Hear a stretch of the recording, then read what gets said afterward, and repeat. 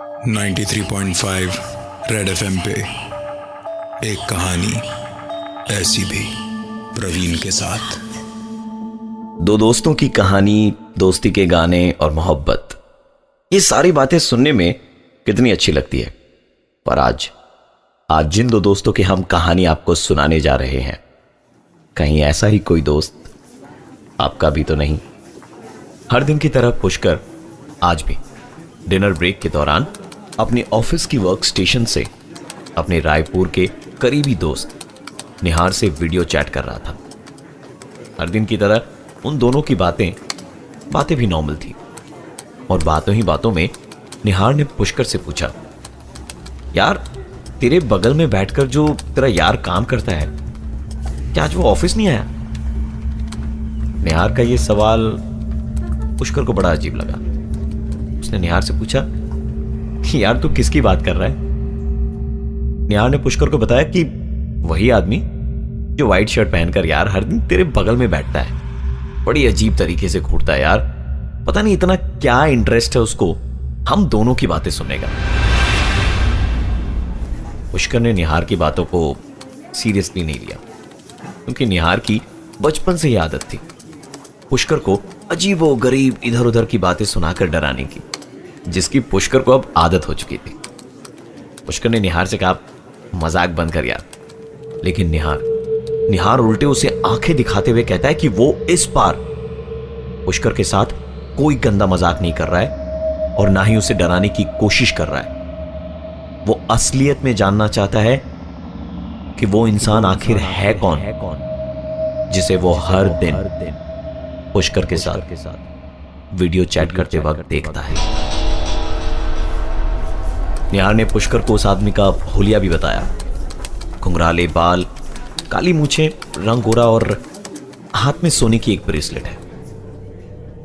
पुष्कर ने भूत प्रेत की कहानियां बहुत सुनी थी और यह भी सुना था कि आत्माएं हमारे आस पास भटकती हैं, लेकिन हम शायद उन्हें देख नहीं पाते।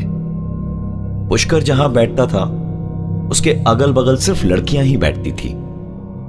और अगर निहार के बताए हुए हुलिये की बात करें तो घुंघराले बालों वाला शायद ही कोई पुष्कर के ऑफिस में काम करता था। तो निहार किसकी बात कर रहा था? 93.5 रेड एफएम पे एक कहानी ऐसी भी, प्रवीण के साथ। पुष्कर के दोस्त निहार ने उसे बताया कि उसके साथ वीडियो चैट में वो एक ऐसे इंसान को देखता है जो बहुत ही अजीब तरीके से उसे घूरता रहता है। पुष्कर ने बताया कि यार ऐसा कोई भी इंसान उसके अगल बगल नहीं बैठता और ना ही पूरी ऑफिस में ऐसा कोई है। पुष्कर निहार से बात कर ही रहा था कि अचानक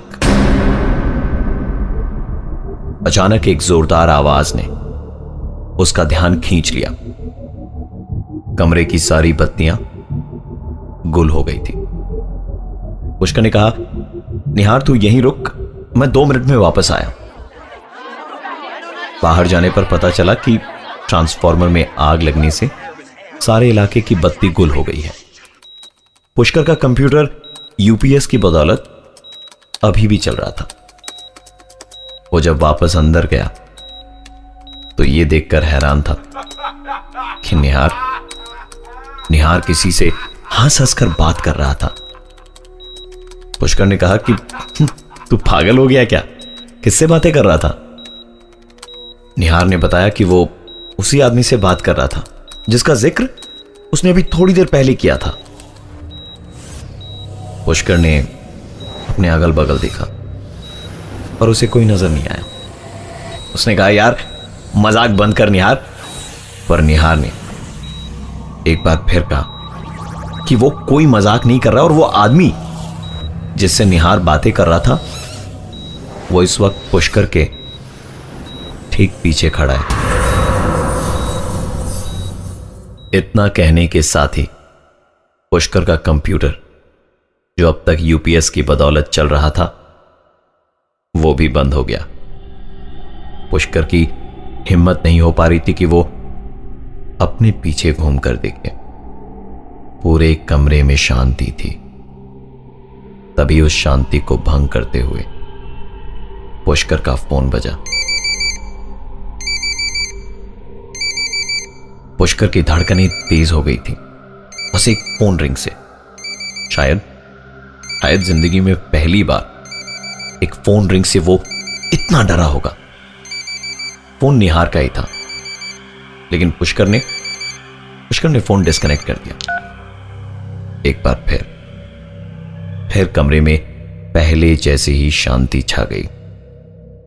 लेकिन ठीक 10 से 15 सेकंड के बाद पुष्कर का फोन बजा, जो लगातार बजता ही रहा। अंततः परेशान होकर पुष्कर ने फोन उठा ही लिया। निहार ने कहा, यार तू चुपचाप मॉनिटर के सामने क्यों बैठा है, बात क्यों नहीं कर रहा? लगता है तू मुझे देख सुन नहीं पा रहा है। पुष्कर ने कहा, क्या बकवास की बात कर रहा है, मेरा कंप्यूटर बंद पड़ा है। सुनकर निहार ने कहा, ठीक से चेक कर, क्योंकि मैं तो तुझे देख पा रहा हूं। 93.5 रेड एफएम पे एक कहानी ऐसी भी, प्रवीण के साथ। बत्ती गुल हो जाने के कारण पुष्कर का कंप्यूटर, जो यूपीएस पर चल रहा था, वो अचानक बंद पड़ जाता है। पुष्कर के दोस्त निहार ने उसे फोन करा और कहा, यार तू वीडियो चैट पर कुछ बोल क्यों नहीं रहा है, ऐसे चुपचाप कंप्यूटर के सामने क्यों बैठा हुआ है? पुष्कर ने बताया कि कंप्यूटर तो बंद पड़ा है, ना बत्ती है, ना ही यूपीएस में बैटरी बैक। तू मुझे देखेगा कैसे भाई? निहार की हंसी छूट पड़ी। उसने कहा, बड़ा आया हीरो बनने। मुझे मालूम है बॉस, अंदर ही अंदर तेरी हालत बहुत खराब हो चुकी है। पुष्कर का कमजोर दिल सही मायनों में अंदर तक सहम गया था जब उसे पता चला कि वीडियो चैट के दौरान उसके रायपुर में रहने वाले दोस्त निहार को हर दिन पुष्कर के बगल में एक ऐसा इंसान दिखाई देता है जो हकीकत में है ही नहीं। उस दिन पुष्कर और अपनी ऑफिस में काम नहीं कर पाया। हर रोज की तरह ना ही अपने दोस्तों से मिला और ना ही किसी ढाबे पर बैठकर गप्पे मारी। गुड़गांव की कड़कती ठंड में उसके पसीने छूट रहे थे। वो इस कश्मकश वाली परिस्थिति में रायपुर अपनी मां को फोन लगाता है, किंतु किसी कारणवश उसके फोन का उसे कोई जवाब नहीं मिला। निहार की बताई हुई बातें और इस इंसान का हुलिया याद कर सारी रात पुष्कर की आंखों से नींद गायब थी। उसका डर उस पर हावी हो चुका था। किसी तरह आज की यह भयानक रात गुजरी और सुबह जब उसकी आंख खुली तो उसने पाया कि कल रात वो सोफे पर ही लेट गया था और उसके हाथ में लोहे का एक सामान था। उसे बचपन में मां की कही हुई बात याद आ गई। पुष्कर की मां कहा करती थी कि जब भी कभी कोई डर या भय सताए तो हाथ में लोहे का कोई सामान ले लो। शायद बीती रात पुष्कर इतना ही डर गया था कि उसने लोहे का कोई सामान लिया, लेकिन उसे यह बिल्कुल भी याद नहीं कब, कहां और कैसे। पुष्कर ने अपना होश संभाला और ऑफिस के लिए तैयार होने लगा। आज ऑफिस पहुंचने में उसे थोड़ी लेट होने वाली थी क्योंकि आंख खुलते खुलते काफी समय निकल गया था। अपने ऑफिस के लिफ्ट में भीड़ होने के बावजूद पुष्कर को एक अजीब सा डर लग रहा था। उसे बड़ी घुटन महसूस हो रही थी और ऐसा लग रहा था जैसे कोई बार बार उसके कान के पास आकर उसका नाम ले रहा हो। पुष्कर।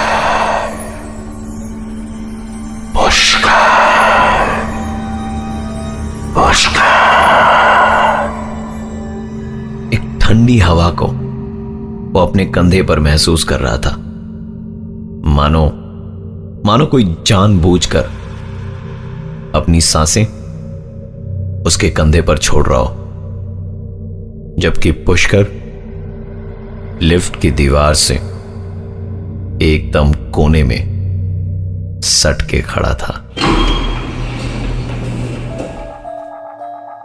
93.5 रेड एफएम पे एक कहानी ऐसी भी, प्रवीण के साथ। सोते जागते उठते बैठते पुष्कर को अजीबो गरीब आवाजें सुनाई देती, मानो कोई उसे बुला रहा हो। रात को अचानक उसे अपने घर में ऐसी आवाजें सुनाई देती जैसे कोई किचन में काम कर रहा हो। फ्रिज का दरवाजा खुला पड़ा था और जिन बोतलों में उसने पानी भरकर रखी थी वो आधी खाली पड़ी थी। रात करीबन 2 बजे पुष्कर के फ्लैट की डोरबेल बजी। उसने आधी नींद में ही उठकर हिम्मत जुटाई और दरवाजा खोला, परंतु वहां कोई भी नहीं था। उसे लगा कि शायद उसके ही सुनने में गलती हुई होगी। दरवाजा बंद कर जैसे ही पुष्कर पलटा कि एक बार फिर पुष्कर ने आई होल से देखा तो उसे अपनी आंखों पर विश्वास नहीं हो रहा था। दरवाजे के उस पार उसका दोस्त निहार खड़ा था। पुष्कर आई होल से उसे देखे ही जा रहा था कि तभी निहार ने दरवाजे पर हाथ से जोरदार प्रहार किया। हड़बड़ी में पुष्कर ने दरवाजा खोला। सामने निहार खड़ा था, जिसकी हंसी का ठिकाना नहीं था, क्योंकि एक बार फिर पुष्कर उसके मजाक का शिकार बन गया था। निहार और पुष्कर रात को जगकर बात कर रहे थे, पर थकान इतनी ज्यादा थी कि कुछ ही देर में गहरी नींद में सो गए। करीबन 15 मिनट के बाद निहार की नींद एक अजीब सी आवाज से टूटी। निहार ने पुष्कर को नींद से उठाया और दोनों दबे पांव किचन की ओर गए। फ्रिज का दरवाजा खुला था और पानी की भरी हुई बोतलें आधी खाली पड़ी थी। सबसे आश्चर्यजनक बात यह थी कि वो दोनों किचन के सामने ही खड़े थे और वो आवाजें स्पष्ट रूप से सुन पा रहे थे, परंतु ना तो कोई बर्तन हिल रहा था और ना ही वहां उन्हें कोई दिखाई दे रहा था। सुबह की पहली किरण के साथ वो दोनों वहां से ट्रेन पकड़कर रायपुर के लिए रवाना हो गए। दोनों रायपुर स्टेशन पर रिक्शे की खोज में थे। तभी पुष्कर को सामने पान की दुकान पर एक आदमी दिखाई दिया, जिसके बाल घुंघराले, सफेद शर्ट, हाथ में सोने की ब्रेसलेट और तो और उसकी मूंछें भी थी। पुष्कर ने पहली बार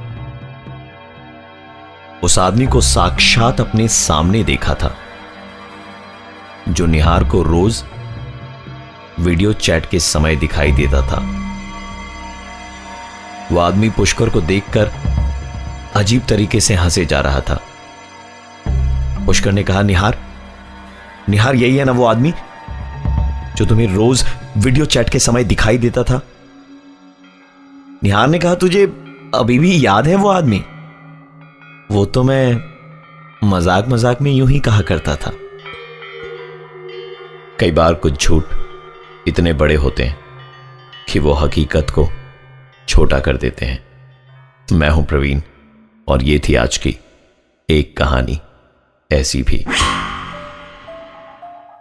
93.5 रेड एफएम पे एक कहानी ऐसी भी, प्रवीण के साथ।